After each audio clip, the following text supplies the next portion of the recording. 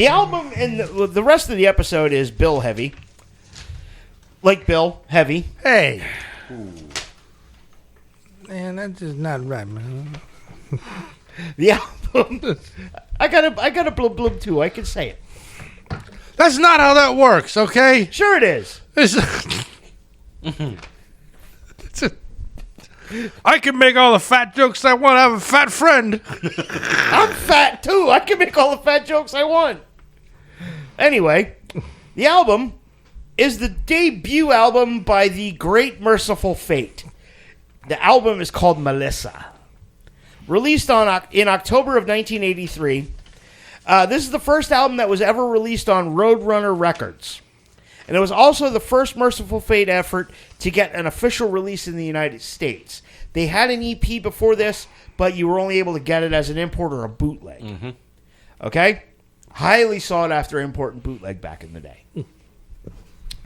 Does not chart and is not certified in the United States. In 2017, Rolling Stone ranked this as the 17th greatest heavy metal album of all time. Okay? One of the few times I'll give Rolling Stone credit for anything, because they're usually fucking stupid. But anyway, our cast of characters. We have the one and only Kim Bendix Peterson on vocals. You know him better as King Diamond. On guitars, we've got the incredible team of Hank Sherman and Michael Denner. Timmy Hansen on bass and Kim Ruz on drums. All lyrics are written by King Diamond, and all music is composed by Hank Sherman. Opens up with a track called Evil. Yep, this is a great opening track. Wonderful way to start the album so you just know what you're getting into. Uh-huh. I think this is the first time I ever listened to this album from beginning to end, to tell you the truth. I know songs on it, but... short, sweet, instant classic. Rhythm and solos in this song are so freaking good. This is a yes.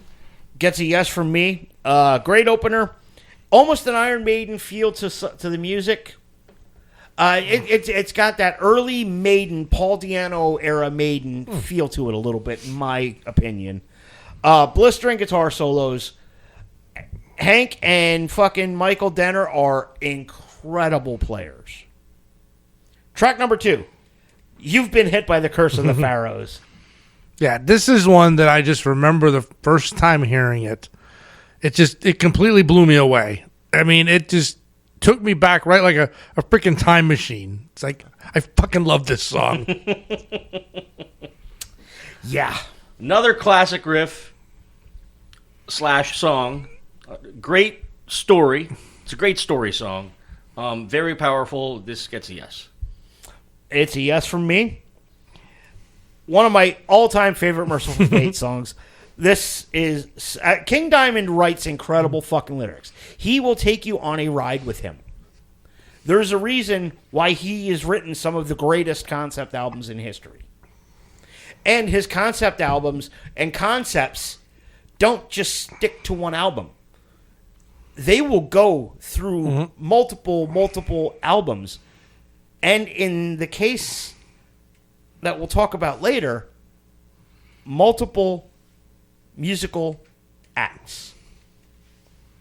Track number 3, Come Into My Coven. I thought this was just a great song about belonging and welcoming. It really is. Oh, yeah. Okay. Isn't it? Isn't it? Sure. Yeah, I mean, this is the kind of thing. It's like a warm hug of a song. Okay. It's warm, all right. It's warm in hell. Come into my coven. Become Lucifer's child. I fucking love this song. Slow intro into a banging song that gets quicker and quicker as it goes on. This is a yes. It's a yes from me as well. That intro makes you think this is going to be sweet, doesn't it? Yes, it does. Heavy into mellower solo sections and then back into fucking heavy. 100% this is what Mercyful Fate does better than a lot of fucking bands could even think about doing. Track number 4, and actually the last track on side 1, the sound of the demon bell. Yeah, there are so many just discordant elements in this entire song, but everything just works together to make a really great song. Okay? Is that a yes? They're all yeses. Ooh, all yeses. I don't put no's in the fucking bucket. Yes, you do. You just don't give them no's. You just don't give them no's. We do. Wicked guitars, pounding beat, and this was one of the songs I thought on the album that King Diamond really showed off his range of going high and going low. That his falsetto is legendary. Oh my God! That falsetto is legendary, and his normal singing voice is actually it's the male equivalent of what a female opera singer would have as in the mezzo-soprano range.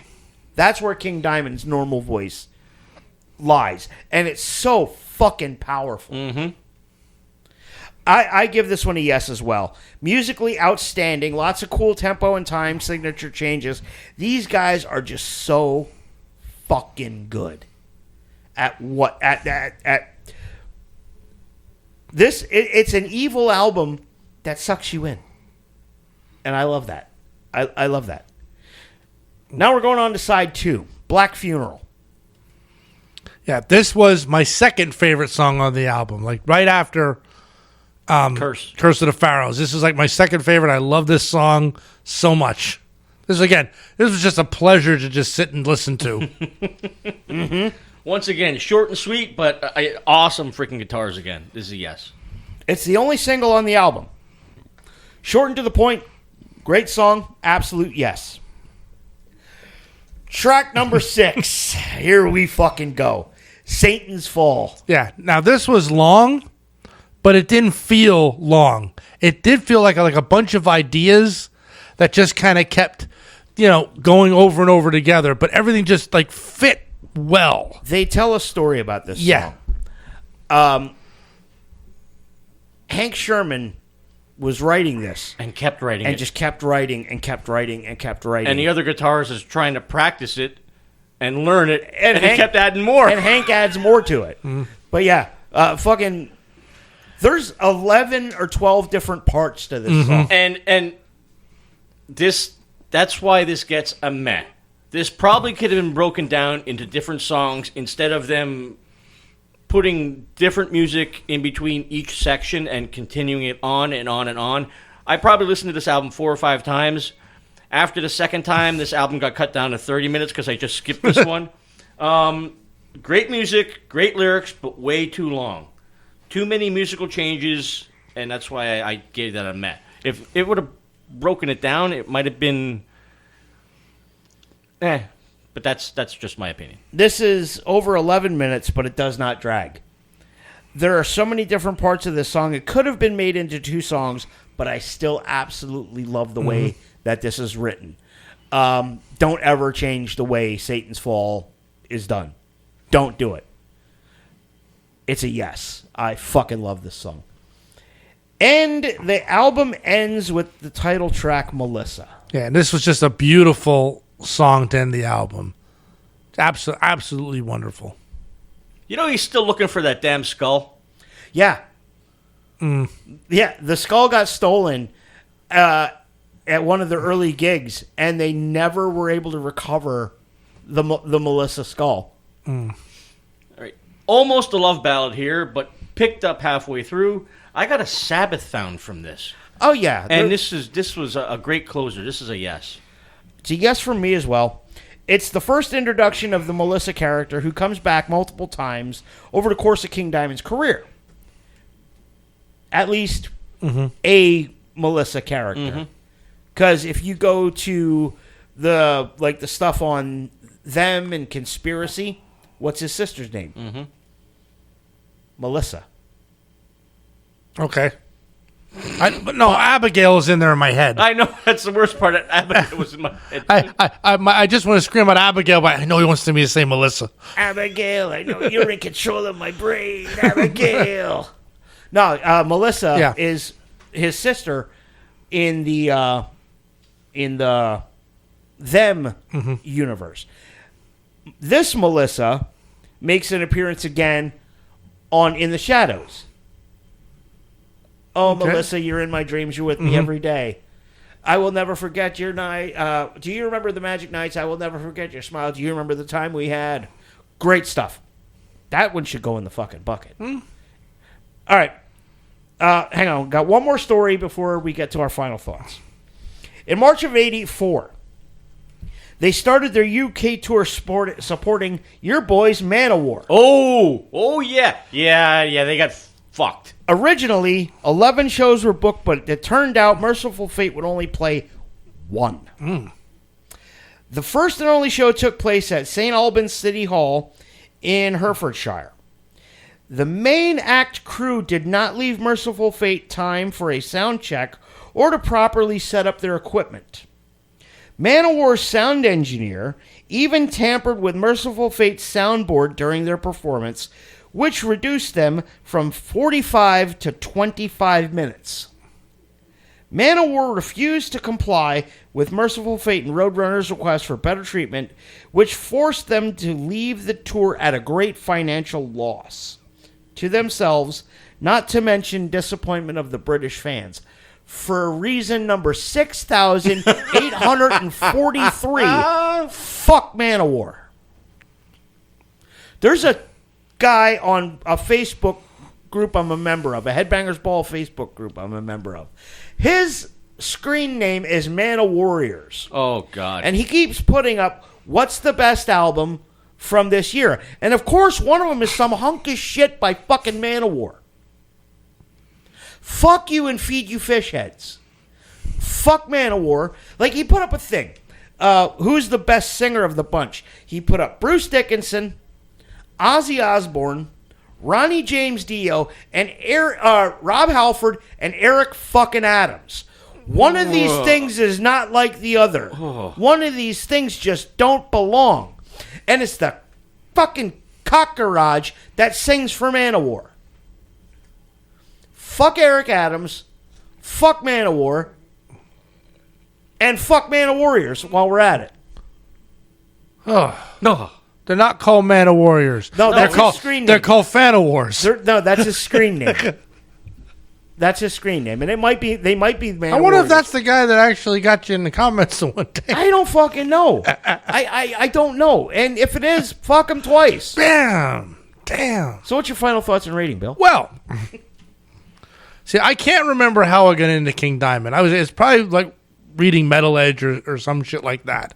But I originally got into King Diamond, and then found the back catalog. And Same here. Yeah.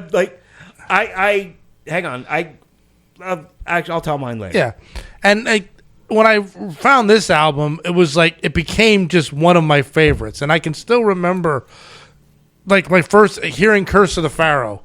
Just like, dear God, this is what I need to be listening to now, you know.